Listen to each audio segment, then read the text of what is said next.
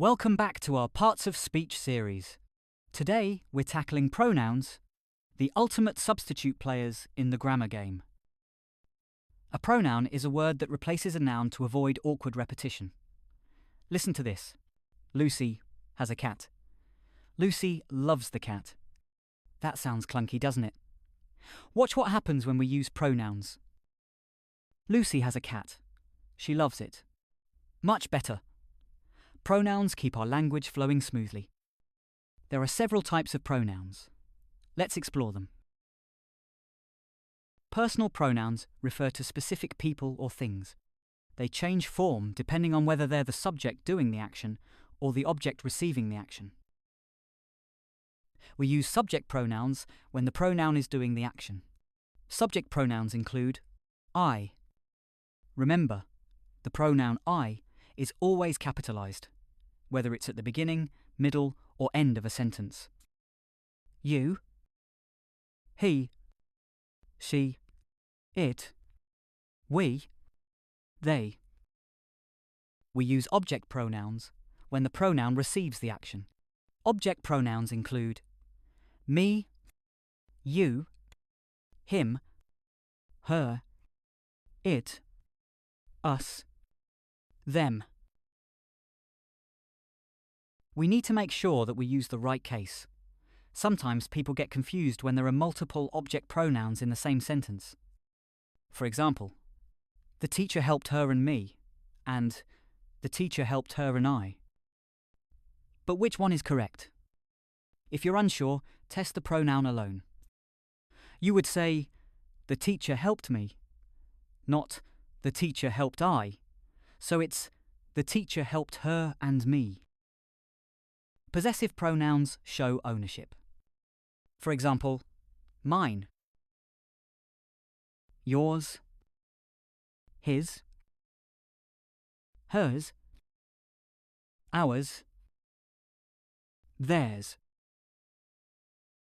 Demonstrative pronouns point to specific things, this and these for things nearby, that and those for things farther away. For example, this, that, these, those. Relative pronouns connect parts of a sentence and introduce extra information about a noun mentioned earlier. For example, who, whom, whose, which, that.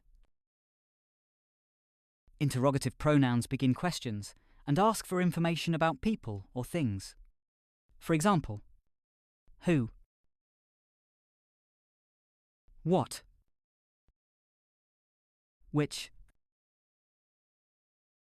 whose, whom. Indefinite pronouns refer to non-specific people or things without naming them exactly. For example, someone, anyone, everybody, nothing, several, many. Reflexive pronouns show that the subject performs an action on itself and end in self or selves. For example, myself, yourself, himself, herself, itself, ourselves, yourselves, themselves. Every pronoun needs a clear antecedent. That's the noun it replaces. You need to make sure your reader knows what or who the pronoun refers to.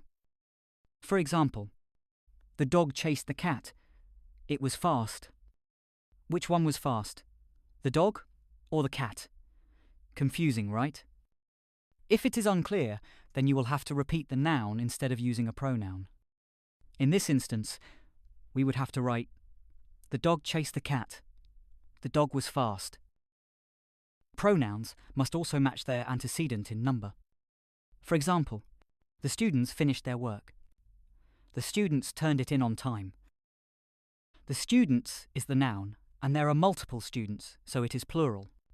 The pronoun must also be plural to match. Therefore, we use the pronoun they. The students finished their work.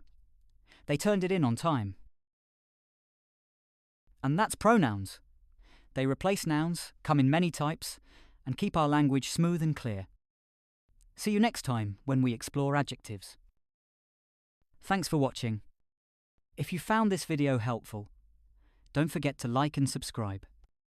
And remember, keep writing, keep reading, because the magic happens between the lines.